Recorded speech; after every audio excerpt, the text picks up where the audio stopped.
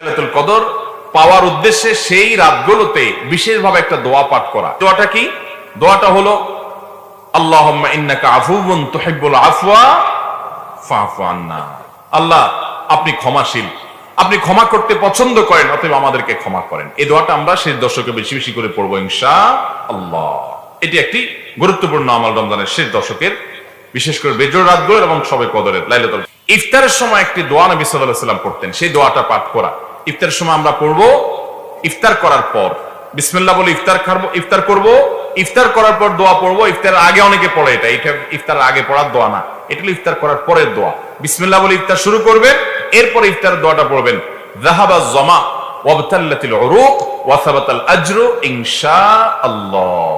এটার একটা দোয়া। আবার বলছি, যাহাবা যমা এর মানে হলো যে আমার পিপাসা দূর হয়ে গেছে, ওয়াবতাল্লাতিল উরুক এবং আমার শিরা উপশিরা এগুলো সবগুলো ভিজেছে, অর্থাৎ এগুলোতে পানি পৌঁছেছে, শীতল হয়েছে। ওয়াসাবাতাল আজরু ইনশাআল্লাহ, এবং আল্লাহ চাইলে এই রোজার বিনিময় আল্লাহর কাছে সাব্যস্ত হয়ে গেছে, জমা হয়ে গেছে। এটা হলো ইফতারের দোয়া। নবী সাল্লাল্লাহু আলাইহি ওয়াসাল্লাম এটা পড়তেন। 22 নম্বর আমল হলো বিশেষভাবে রমজান মাস জুড়ে ভাই প্রতিদিন আল্লাহর কাছে ইস্তেগফার করা, গুনাহ মাফ চাওয়া, জাহান্নাম থেকে মুক্তির জন্য দোয়া করা। বেশিরভাগ মানুষ আমরা রমজান মানেই বুঝি চারটা কাজ। রমজান মানে কয়টা কাজ বুঝি? রমজান মাসে রোজা রাখা, রমজান মানে তারাবি পড়া, রমজান মাসে সাহরি খাওয়া, রমজান মানে ইফতার করা। বাস, রোজা, তারাবি, সাহরি, ইফতার, এই চার কাজের নাম মানে আমরা রমজান মাস জানি, অথচ এই চার কাজ নয়। আমি অনেকগুলো আমলের কথা বললাম, এর মধ্যে এই আমলটা বিশেষভাবে করা যে প্রতিদিন আল্লাহর কাছে চোখের পানি ফেলে একটা সময় দোয়া করা। রমজান মাস আসলে আমরা এত ব্যস্ত হয়ে পড়ি, ব্যবসায়ীরা বোনাস দিতে হবে, আমরা ঈদের কেনাকাটা করতে হবে, আমাদের ইবাদতের আর টাইম নেই। যে মাসটা আসছে ইবাদতের জন্য, মূল কাজ হলো ইবাদত, সে ইবাদত বলে আমরা অন্য সব করি, ইবাদতের সময় আমাদের হয় না। ভাইরা আমার, নবী করিম সাল্লাল্লাহু আলাইহি সাল্লাম বলেছেন, তার কাছে জিবরিল এসে আল্লাহর পক্ষ থেকে অফার নিয়ে এসে বলেছেন, বাউদা মান আদরাকা রমাদান ফালা ওয়ালাম ইগফার লা, ওই ব্যক্তি ধ্বংস হোক যে রমজান মাস পেল অথচ তার গুনাহগুলো মাফ করাইতে পারলো না। এটা অফারের মাস, সারা জীবনের গুনাহ মাফ করাইতে চাইলে এটা সবচেয়ে বড় সুযোগ। অনুতপ্ত হয়ে, লজ্জিত হয়ে আল্লাহর কাছে চোখের পানি ফেলে দুই হাত তুলে দোয়া করা, আল্লাহ আপনি মাফ করে দেন, আমি আর অপরাধ করব না, আমার আগের সবগুলো হিসাব আপনি পরিষ্কার করে দেন, সবগুলো অপরাধ আপনি ডিলিট করে দেন, গুনাহ হিসাব সব আপনি মুছে দেন। আল্লাহর কাছে দোয়া করে চোখের পানি ফেলে যদি আমরা নিবেদন করতে পারি, দোয়া করতে পারি, ইনশাআল্লাহ আল্লাহ তাআলা মাফ করবেন। নবী সাল্লাল্লাহু আলাইহি ওয়াসাল্লাম বলেছেন, ওয়ালিল্লাহি উতাকাউ মিনান নার ওয়া যালিকা কুল্লু লাইলা, রমজানের প্রতি রাতে আল্লাহ তাআলা বহু মানুষকে জাহান্নাম থেকে মুক্ত এই পরওয়ানা ঘোষণা দিতে থাকেন যে অমুক জাহান্নাম থেকে মুক্ত, অমুক জাহান্নাম থেকে মুক্ত। এই মুক্তির জন্য দোয়া করতে হবে, চোখের পানি ফেলতে হবে, উঠতে বসতে চলতে মনে রাখতে হবে যে আল্লাহ তাআলা প্রতি রাত প্রতিদিন রমজানে অনেক মানুষকে মাফ করে, আল্লাহ আমাকে তাদের কাতারে শামিল করে দেন, সে তালিকা আমাকে ঢুকায় দেন। দোয়া করবো তো ইনশাআল্লাহ। ভাইরা আমার, তাহলে রমজানে বিশেষভাবে 22 নম্বর আমল হলো বেশি বেশি আল্লাহর কাছে ইস্তেগফার করা, জাহান্নাম থেকে মুক্তির জন্য দোয়া করা। সেটা ইফতারের আগে করতে পারেন, ওই যে সাহরির সময় উঠে বিশেষভাবে করতে পারেন, তারাবি নামাজের ফাঁকে ফাঁকে করতে পারেন, বিভিন্ন সুযোগ করতে পারেন। চেষ্টা করবো তো ইনশাআল্লাহ। 23 নম্বর আমল হলো যে কোনো সাধারণ আমলগুলো রমজান মাসে একটু বেশি পরিমাণে করা। নফল নামাজ, নফল জিকির, সুন্নাহ মাসনুন জিকির গুলা, দোয়া গুলা এই মাসে বিশেষ গুরুত্বের সাথে করা, কারণ এটা আমলের মাস। এ মাস যখন শুরু হয়, আল্লাহর পক্ষ থেকে একজন ঘোষক এসে ঘোষণা দেয়, ইয়া বাগিয়াল খায়রে আকবিল, হে ওই সমস্ত লোক যারা ভালো কিছু করতে চাও তারা সামনে আগাও, এটা ভালো কিছু করার মাস। এই জন্য ভালো আমলগুলো করার জন্য প্রতিজ্ঞাবদ্ধ হওয়া এবং বেশি বেশি নেক আমল করা, সাধারণ নেক আমলগুলো। 24 নম্বর এবং সর্বশেষ আমল হলো ফিতরা আদায় করা। এটা রমজানের একেবারে শেষের দিকে, ঈদের চাঁদ ওঠার আগে 1-2 দিন আগেও দেওয়া যায়, তবে ঈদের চাঁদ ওঠার পর থেকে নিয়ে ঈদের নামাজের আগ পর্যন্ত এই সময়ের মধ্যে ফিতরা দিতে হয়। ফিতরা দেওয়া মানে হলো দুইটা উদ্দেশ্য। এর একটা হলো নবী করিম সাল্লাল্লাহু আলাইহি ওয়াসাল্লাম বলেছেন, যাকাতুল ফিত্রে তুহরাতুন লিস-সাইমি মিনাল লাগবি ওয়ার রাফাস ওয়া তু'মাতুন লিল মাসাকিন। ফিতরা এটা হলো রোজাদারের রোজা রাখতে গিয়ে যে কিছু বেহুদা কথা বলে ফেলেছে, কিছু ভুল ত্রুটি হয়ে গেছে, ওইগুলো থেকে রোজাকে রিফাইন করার জন্য, পরিচ্ছন্ন করার জন্য, রোজাকে ফ্রেশ করার জন্য, ত্রুটিমুক্ত করার জন্য এই ফিতরার ভূমিকা রাখে।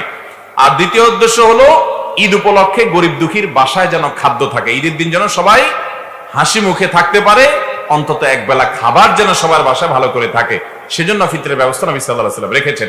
এই জন্য রমজানের শেষ আমল হলো ফিতরা দিয়ে রমজানকে বিদায় দিতে হয়, রমজানের শেষ আমল করতে হয়।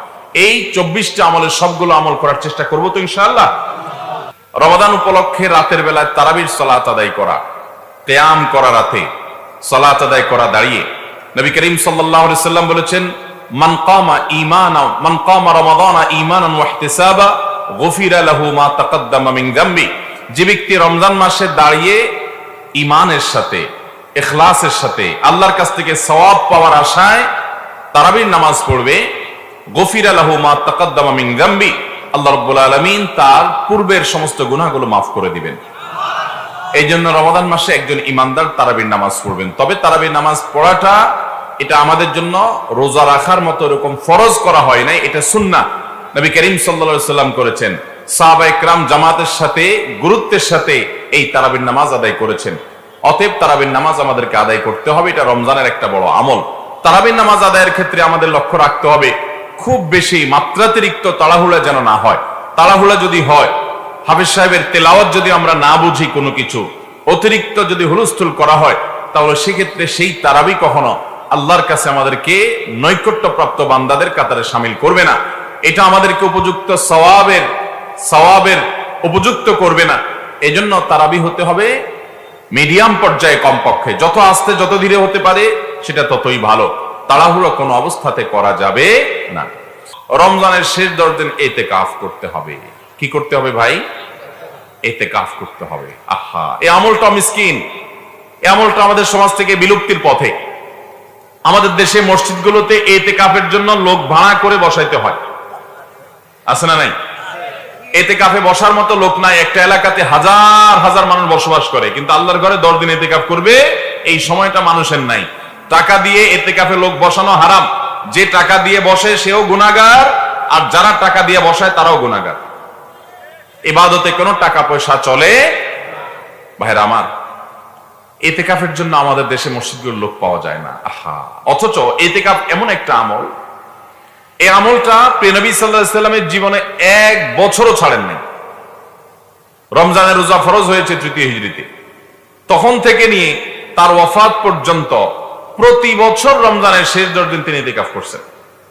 1 বছর তিনি ইতিকাফে বসছেন, কিন্তু আবার বের হয়ে যেতে হয়েছে, ইতিকাফ ভেঙে ফেলতে হয়েছে বিশেষ কারণে।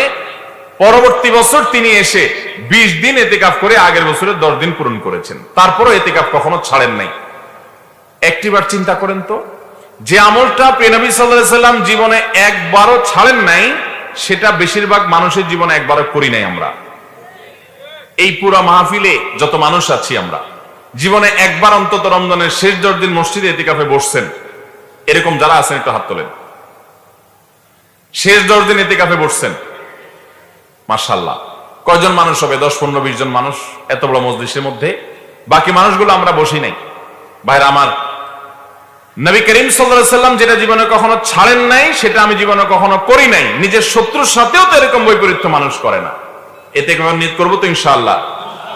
আপনি বলবেন আপনি ব্যস্ত, আপনার সময় নাই। কি ব্যস্ত আপনি ভাই? আপনার যদি মালাকুল মউত এখন হাজির হয়ে যায়, আপনি যদি বলেন যে আমি একটু ব্যস্ত, আসি, পরে আসেন, কোনো কাহিনী চলবে?